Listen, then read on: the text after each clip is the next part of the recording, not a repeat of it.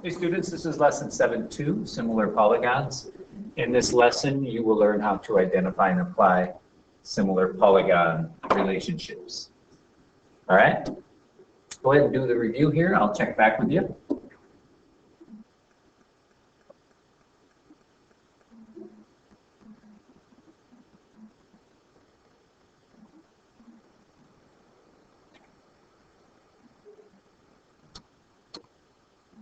All right, here's what we're going to use. Two polygons are similar polygons if corresponding angles are congruent and if the lengths of corresponding sides are proportional. So that's going to be our definition of similar polygons.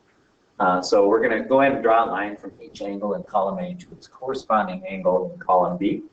And do number 10, complete the proportions given by the lengths of corresponding sides are proportional.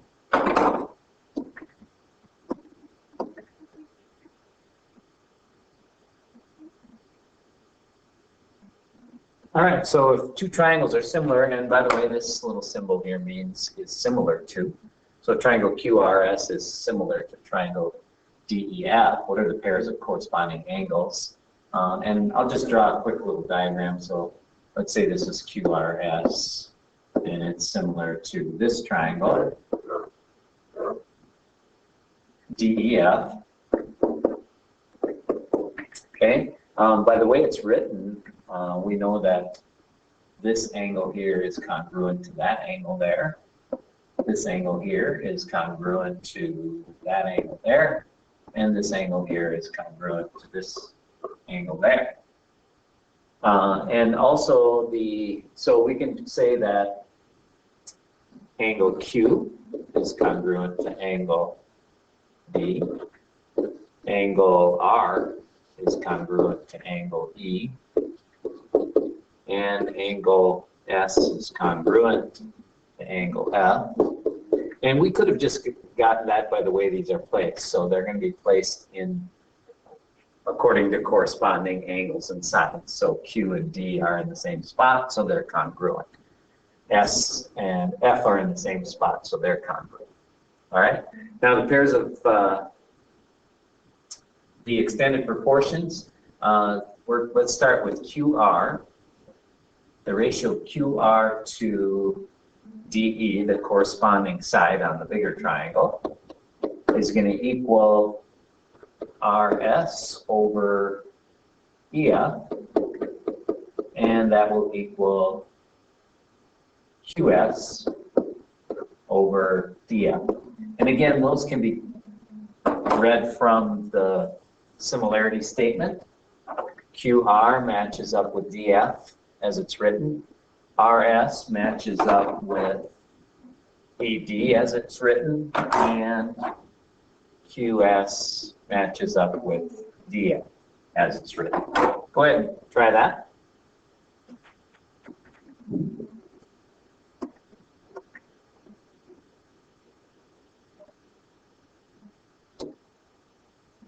All right, determining a similarity. How are the polygons similar? If we use the definition of the similar polygons, we have to show that all the angles are congruent and that all the ratios of corresponding side lengths are also equal. So let's look at ABC and FED.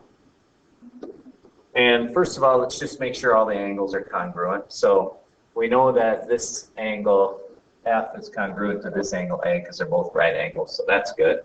So angle F is congruent to angle A, and if we wanted to put a reason, we'll just say all right angles are congruent. We can also say that angle B is congruent to angle E,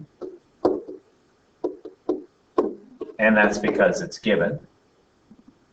And we can also say now that D is congruent to C, and maybe I should just mark it that way, and that's because of the third angle theorem.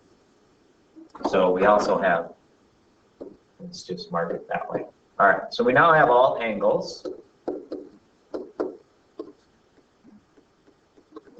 Now we just have to make sure corresponding side lengths, ratios of corresponding side lengths are equal. So like let's do DF to AC, that's going to be 16 over 8, which is 2. And then we'll do DE over BC. That's 34 over 17, which is also 2. And then we're going to do FE over AB, and that is 30 over 15, which is also 2. So we have corresponding side lengths are the same. So by definition of similar polygons, these two are similar. All right. On this next one here, we obviously have 4 congruent angles. We just have to check the ratios of corresponding side lengths. So, and since it's a rectangle, we only have to check 2 of them. So we have to check that 10/16 is equal to 4/6. And I'm going to use cross product property. 16 times 4 is equal to 64. 10 times 6 is equal to 60. So those would have to be the same if they're proportional, and they're not. So we're going to say no. Okay. Oh, and one other thing, we need to give the scale factor. The scale factor from the bigger triangle to the smaller triangle is 2. All right, you try that.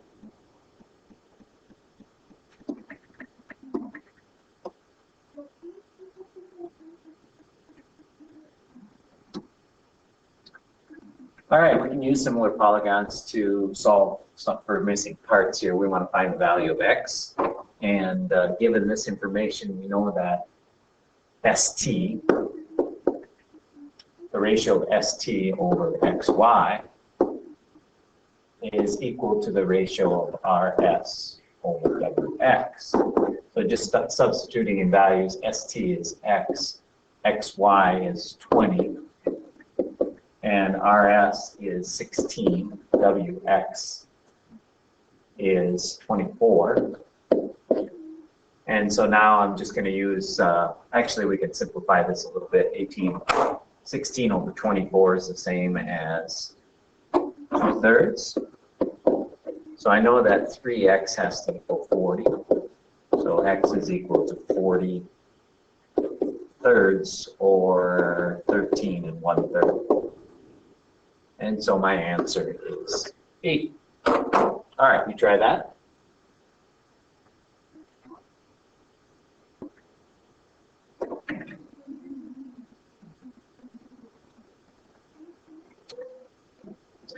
All right, so Jan used an overhead projector to enlarge a picture 5 inches high by 7 inches wide. She projects a picture to a blackboard 4 foot 2 inch high and 12 feet wide. What are the dimensions of the largest picture that can be projected on the blackboard? So, so let's draw these out. And when the picture is projected, it'll be similar. So we're starting with 5 by 7. And we're going to go on to a blackboard that in inches is 4 feet is 48 plus 2 is 50 inches high and 12 feet wide. And 12 feet is the same as 144 inches. All right, now we're going to project that on there. And oops, I got the dimensions wrong here. This should be 7 inches wide. And 5 high. So what we want to do is check and see how many times 5 goes into 15, how many times 7 goes into 144, and whichever goes in less, that's how many times we're going to project it, and that'll help us figure out what the largest picture is. So we're going to do 144 divided by 7. 50 divided by 5 equals 10. So we can make it 10 times higher, but can we make it 10 times wider also? And 10 times 7 is 70, which is less than 144, so that works.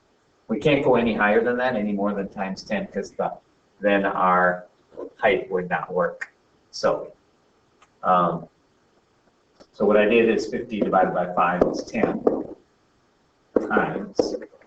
If you do 144 divided by 7, you get about 20 times approximately. So you have to take the smaller of those numbers and then multiply the other dimension by that. So So the biggest possible size is a 50-inch by 70-inch. All right, we'll try that.